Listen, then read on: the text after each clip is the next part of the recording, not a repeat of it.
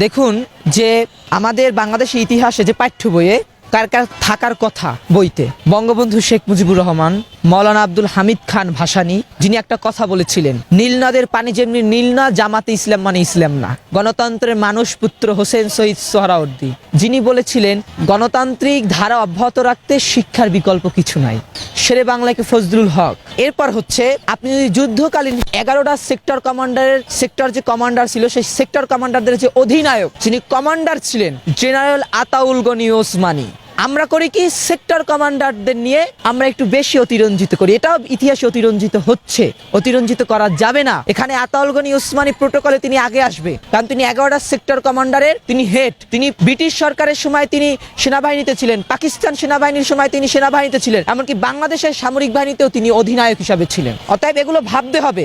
আমি পৌরনীতি ও সুশাসন বইতে তো আমি মৌলানা আব্দুল হামিদ খান ভাসানীর ইতিহাস পেয়েছি, এই 25-26 বইতে। এরপর হচ্ছে শেরে বাংলাকে ফজলুল হকেরটা পেয়েছি, তিতুমিরেরটা পেয়েছি, হাজী শরীয়তেরটাও পেয়েছি, এরপর হচ্ছে এরকম পেয়েছি আমি। এরপর বিভিন্ন শাসন আমলও পাচ্ছি। তো আমি আমার বইতে আমি এটা পেয়েছি, আমি যখন কলেজে উঠেছি আমি পেয়েছি। কিন্তু অনেকে যে বলে যে নাই, ছিলই না, এটা সম্পূর্ণ ভুল এবং ভ্রান্ত।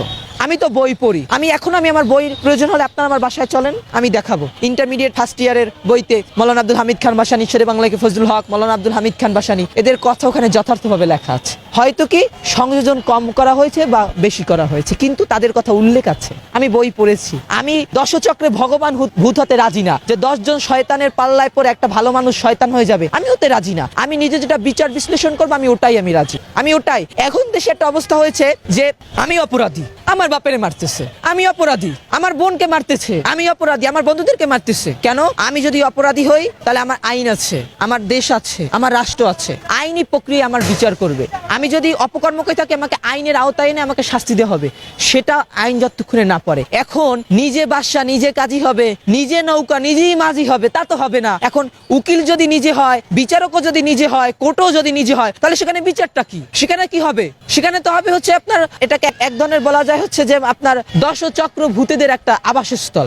সে আবাসস্থল তো আমার জন্য নিরাপত্তা না। আমি এখন যদি জেলে যাই, আমার নিরাপত্তা দিতে পারবে? আমাকে যদি মেরে ফেলে, আমার আইনের শাসন প্রয়োজন। আমাকে অপরাধী আপনি তখনই বলতে পারবেন যখন আইনের শাসন প্রতিষ্ঠিত হয়ে আমাকে আইনের আওতায় আনা হবে, তখনই আমি অপরাধী। আর তখনই আমার অপরাধ আপনাদের সামনে দণ্ডায়মান হবে এবং আপনারা আমাকে শাস্তি দিতে পারবেন। তার আগে আপনি দিতে পারবেন না, কারণ সংবিধান, কনস্টিটিউশন এই ইখতিয়ার আপনাকে দেয় নাই। ধরে গেল, ওকে ধরে নিয়ে টেনে আনি, ওকে ধুমধাম করে মাইর দিলাম, আইরে ফালাই দিলাম, লাশ নদীতে ফালাই দিলাম। এটা কি অবস্থা? এটা অসভ্য ব্যবস্থায় আছি, এটা চরম একটা বিভৎসপূর্ণ একটা অবস্থায় আছি, যেখানে আমার মায়ের সম্মান নাই, বোনের সম্মান নাই, অন্যায় অত্যাচারে সমাজ নিমজ্জিত, যেখানে মব জাস্টিস হচ্ছে। কথা বলার, আমি কথা বলছি, দেখবেন পরদিন আমাকে থ্রেট দিবে। What is this? এটা কোনো সভ্য রাষ্ট্র? ডেমোক্রেসি কি? By the people, for the people, of the people. কি হচ্ছে সেখানে? সেখানে গণতন্ত্র হচ্ছে? কি হচ্ছে সেখানে?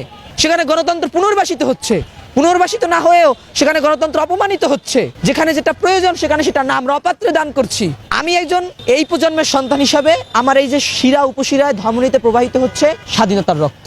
অতএব কিন্তু কমা, সেমিকোলন টেমিকোলন বুঝি না, ডাইরেক্ট ফুল স্টপ। আমার সোনার বাংলা, আমি তোমায় ভালোবাসি।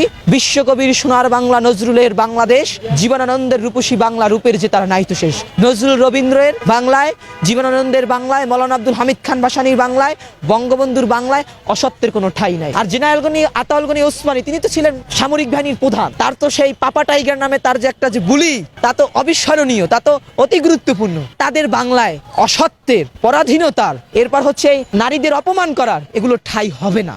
আসুন আমরা একত্রিতভাবে এগুলো প্রতিরোধ করি। আমরা যদি কেউ প্রতিরোধ করতে না পারি, আমরা মানুষকে জাগরিত করি আমাদের কথায়, আমাদের সুরে, আমাদের ভালোবাসায়, আমাদের প্রেমে। যেমনি করে ক্ষুদিরাম জীবন দিয়েছিল, নজরুল লিখেছিল, রবীন্দ্রনাথ লিখেছিল, ভাসানী বক্তৃতা দিয়েছিল, বঙ্গবন্ধু 7ই মার্চের ভাষণ দিয়েছিল, আবার সেগুলো পুনরুজ্জীবিত হবে এই বাংলায়। এই বাঙালির সৃষ্টি হচ্ছে চর্যাপদের, কবিদের দ্রোহ থেকে।